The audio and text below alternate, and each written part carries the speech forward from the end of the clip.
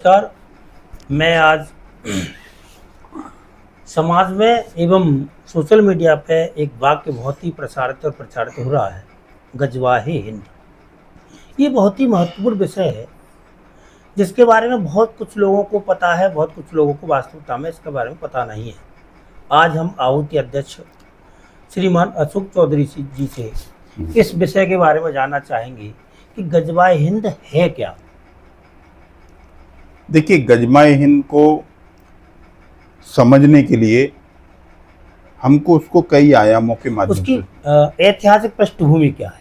जी, हम उसकी ऐतिहासिक पृष्ठभूमि समझेंगे जी, उसकी जो सांस्कृतिक पृष्ठभूमि है वो समझेंगे जी, उसकी आर्थिक पृष्ठभूमि क्या है उसको भी हम जानना चाहेंगे जी, और इसको भारत में क्यों लागू को टारगेट क्यों किया गया जी, इसको भी हम समझने की संक्षिप्त में चेष्टा करेंगे। जी, देखिए, हमको ये समझना पड़ेगा सबसे पहले कि पूरे विश्व के पटल पर भारत की ऐतिहासिक पृष्ठभूमि क्या है। जी,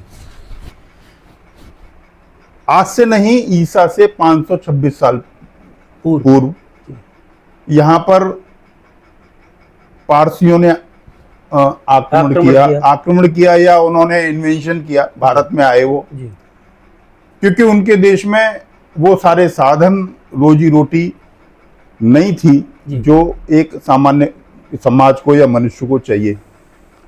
उसके बाद में 326 ईस्वी पूर्व सिकंदर आया, फिर यवन आए, ग्रीक से लोग आए, उसके बाद में फिर शक आए, कुषाण आए, हूण आए।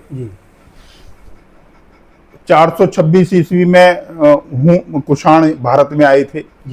उसके बाद में 712 ईस्वी में इस्लाम का प्रादुर्भाव इस देश पर हुआ, आक्रमण हुआ मोहम्मद बिन कासिम के माध्यम से, और लंबे समय तक उसके बाद में मोहम्मद गजनबी, मोहम्मद गौरी, सिकंदर लोदी, बख्तियार खिलजी, तुगलक वंश, तमाम तरह के सारे आक्रांताओं ने भारत को लूटा, हम सब जानते हैं। लेकिन केवल मुगल आए या मुसलमान आए वहीं तक सीमित भारत की पृष्ठभूमि नहीं रही।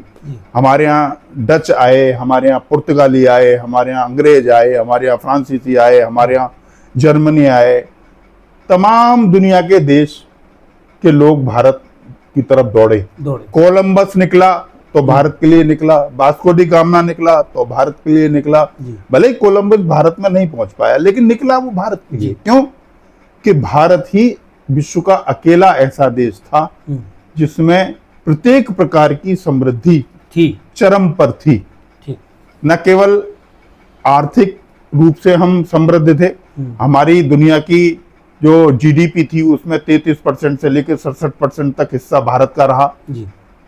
इसके अलावा शैक्षिक जो हमारी जो योग्यता थी वो दुनिया में सर्वश्रेष्ठ थी, लोग ज्ञान प्राप्त करने के लिए भारत आते थे।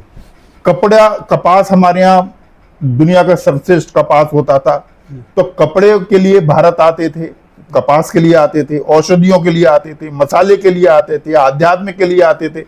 यानी एक सामान्य और श्रेष्ठ मानव समाज को जितनी भी चीजें चाहिए होती थी वो सब भारत में मौजूद थी। इसलिए सारे लोग, और पैसा तो था ही, आज भी पैसा, दुनिया का सबसे ज्यादा सोना भारत के पास है, सबसे ज्यादा चांदी भारत के पास है। भले ही इतने साल भारत लूटा गया, भारत गुलाम रहा, और हमको 1947 में अंग्रेज 2% जीडीपी पर छोड़ के गए थे, इसके बावजूद, है ना। तो ये एक ऐतिहासिक पृष्ठभूमि रही। दूसरी सांस्कृतिक पृष्ठभूमि जिसके कारण भारत सारी दुनिया का आकर्षण का केंद्र रहा। हमको ये समझना पड़ेगा, सामान्य रूप से भारतीय नहीं जानते क्योंकि उनको पढ़ाया नहीं जाता और सामान्य चर्चा में भी नहीं आता। इस विश्व की दो आधारभूत संस्कृतियां हैं, एक इब्राहिमिक संस्कृति है और दूसरी सनातन संस्कृति है। इब्राहिमिक संस्कृति में सबसे पहले यहूदी हुए, उसके बाद में ईसाई हुए। ईसा मसीह भी यहूदी थे। अच्छा, ईसा मसीह यहूदी थे। ईसाई धर्म उनके मरने के 100, 150, 200 साल बाद पैदा किया गया था। तो ईसा मसीह यहूदी थे। ठीक है। उसके बाद में इस्लाम आया तो मोहम्मद साहब यहूदी थे। इस्लाम का प्रादुर्भाव मोहम्मद साहब के मरने के बाद हुआ। ठीक है ना जी। हमको ये समझना पड़ेगा जी। और भारत में जो मौलिक 5 संप्रदाय थे जी। नंबर 1 गणपति संप्रदाय जो गणेश जी को अपना पूज्य मानता था जी। सौर संप्रदाय जो सूरज को मानता था जी। वैष्णव संप्रदाय जो विष्णु जी को अपना इष्ट मानता था जी। शैव संप्रदाय जो महादेव बाबा को अपना इष्ट मानते थे शाक्त जो दुर्गा को अपना इष्ट मानते हैं ये मूल हमारे 5 संप्रदाय थे जी। इसके बाद में फिर बौद्ध हुए जैन हुए सिख हुए अनेक अन्य संप्रदाय भी हुए लेकिन दोनों सनातन संस्कृति और इब्राहिम संस्कृति के बीच में कई मौलिक अंतर हैं। इब्राहिमिक संस्कृति पुनर्जन्म में विश्वास नहीं रखती उसको लगता है कि जो कुछ भी है यही जन्म है और जितना भी हमें भोग करना है वो इसी जन्म में हमें करना है तो सारी चीजें हमें पानी है उसके बाद में फिर हमें जन्म नहीं मिलेगा। लेकिन सनातन संस्कृति में पुनर्जन्म का सिद्धांत है और उसमें कहता है कि मरने के बाद आदमी को पुनः कर्मों के हिसाब से जन्म मिलता है।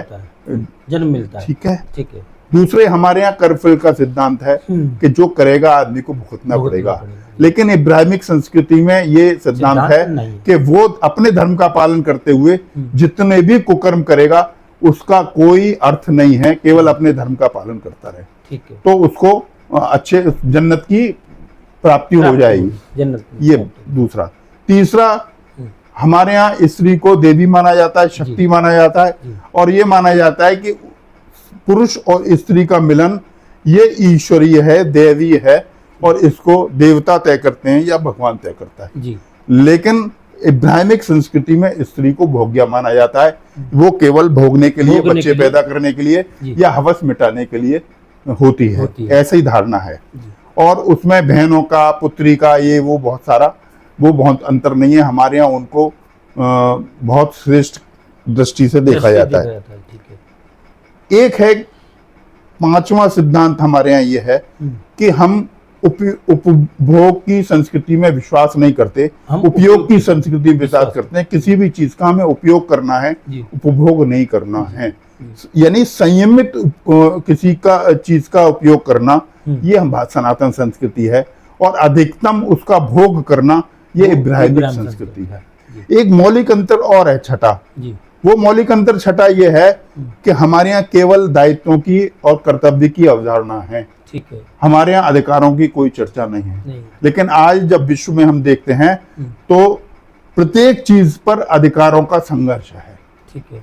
चाहे हमारी प्राकृतिक संसाधन हो या हमारे स्त्री अधिकार ये अधिकार बच्चों के अधिकार सबके अधिकारों की लड़ाई है। हमारे यहाँ लड़ाई ही नहीं है। हमारे यहाँ राम को हम आदर्श मानते हैं जो युवराज घोषित होने के बावजूद भी केवल अपनी माँ की इच्छा से 14 साल को वन चले गए और भरत को राज्य मिल गया और भरत ने भी राज्य नहीं भोगा कि ये मेरा नहीं है ये हमारा आदर्श है तो वो हम आदर्श का हम पालन करते हैं। अब दूसरी ऐतिहासिक पृष्ठभूमि के बाद मैंने सांस्कृतिक पृष्ठभूमि की आपसे चर्चा की और आर्थिक पृष्ठभूमि की चर्चा की कि हम किस प्रकार आर्थिक रूप से समृद्ध रहे जिसके कारण ये सारी चीज हुई।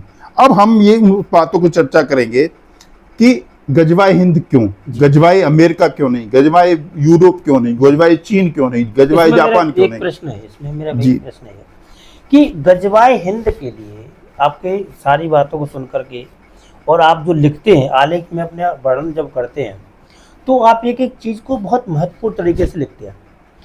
मेरा ऐसा मानना है और मेरी ऐसी समझ आती है आपके आलेख के हिसाब से कि भारत ही को ही क्यों चुना कि वहाँ गजवाए हिंद हो जी। आपने बताया पीछे भी कि गजवाए हिंद क्यों भारत में ही किया जाता है क्योंकि हमारे पास सारी चीज़ें थी हम समृद्ध थे इसलिए भारत में को ही गजवाए हिंद के लिए टारगेट किया गया। इसके लिए विश्व के अन्य देश भी हो सकते थे लेकिन भारत समृद्ध देश था, इसलिए भारत को ही गजवा हिंद का टारगेट बनाया गया। आप अपने आलेखों में बहुत ही उच्च स्तर की चीज़ें लिखते हैं, बहुत सारे लोग नहीं समझ पाते, बहुत सारे लोग समझने का प्रयास नहीं करते, या उनको इन सब चीज़ों से मतलब ही नहीं है। तो अब वही बात लौट के आ रही है कि गजवा हिंद क्यों हुआ। जी देखिए, गजवा हिंद की अवधारणा इस्लाम में इसलिए पैदा हुई कि जब हमारे यहाँ के व्यापारी, जी हमारे यहाँ के सार्थवा कहते हैं उसको, जी फारसी में उसको काफिला कहते हैं। जी जब हमारे काफिले ईरान होते हुए और सऊदी अरब होते हुए, इराक होते हुए मिस्र जाते थे और देशों में जाते थे, तो ये अरब के लोग, चूंकि यहाँ कृषि नहीं होती थी, यहाँ कुछ था ही नहीं रेत के अलावा, पेट्रोल तो अब हुआ है, अगर पेट्रोल भी खत्म हो जाए तो ये रोटी खाने की स्थिति में नहीं है। बिल्कुल। तो उस समय ये उनको लूटा करते थे। अच्छा। और लूटने के बाद उनको ये पता लगता था कि भारत में समृद्धि कितनी है, सोना कितना है। हमारा कपास जाता था, बदले में सोना आता था, हमारी औषधियां जाती थी, हमारे मसाले जाते थे, हमारा अन्न जाता था, तो उससे जो धन पैदा होता था। दूसरे, वहां से लोग शिक्षा प्राप्त करने के लिए भारत आते थे, आध्यात्म के लिए भारत आते थे। हमारे यहाँ जो लोहा उत्पादन होता था उसमें जंग नहीं लगती थी, इतनी उच्च क्वालिटी का लोहा जो लड़ाई के काम में आता था वो बनता था, तो वो उनको लूटा करते थे। तो उनको भारत के विषय में पता लगा कि इतना समृद्ध देश है जो सभी प्रकार की विशेषताओं से युक्त है। तो तब जब इस्लाम पैदा हुआ तो इस्लाम में ये कल्पना की गई कि अरब के लोगों को भारत पर कब्जा करना चाहिए यदि उन्हें जिंदा रहना है तो, क्योंकि उनके पास जिंदा रहने के कोई साधन नहीं था। तो इसलिए गजवा हिंद की कल्पना इस्लाम में की गई और उसके माध्यम से तब से ये, लेकिन इसके पीछे एक धारणा और है जी। आज युद्ध चल रहा है ईरान का और अमेरिका का, वास्तव में वो युद्ध तेल के लिए तो है ही जी, लेकिन इसके पीछे एक पृष्ठभूमि और है जी। वो ये है कि ईरान के संविधान में लिखा है कि हम यहूद को तबाह कर देंगे, पूरी तरह मार देंगे। तो इसलिए उन्होंने करीब 450 किलो यूरेनियम इकट्ठा किया है परमाणु बम बनाने के लिए कि हम परमाणु बम बनाएंगे और उसे इजराइल को समाप्त कर देंगे। उस यूरेनियम पर कब्जा करने के लिए और वो परमाणु बम ना बना पाए, इसलिए ये युद्ध चल रहा है। लेकिन ये युद्ध भारत के पक्ष में भी है। ये दुनिया के लोग या विशेष रूप से भारत के लोगों को ना बताया जा रहा, ना लोग जानने की चेष्टा कर रहे हैं, क्योंकि कुरान में ये लिखा है कि यहूद और हनूद इन दोनों को तबाह करना है, मारना है पूरी तरीके से। यहूद माने, कुरान को कोट कर रहे हैं, यहूद और हनूद, ठीक है। यहूद माने यहूदी, हनूद माने हिंदू, ठीक है। और उसमें ये व्यवस्था है, मतलब उनकी अवधारणा है कि हम पहले अलास्का मस्जिद पर कब्जा कर लेंगे, इजराइल को तबाह कर देंगे, एक एक यहूदी को मार देंगे, उसके बाद वहां से जो सेना निकलेगी वो हिंदुस्तान में गजवाए हिंद करेगी। तो ये उनकी अवधारणा है।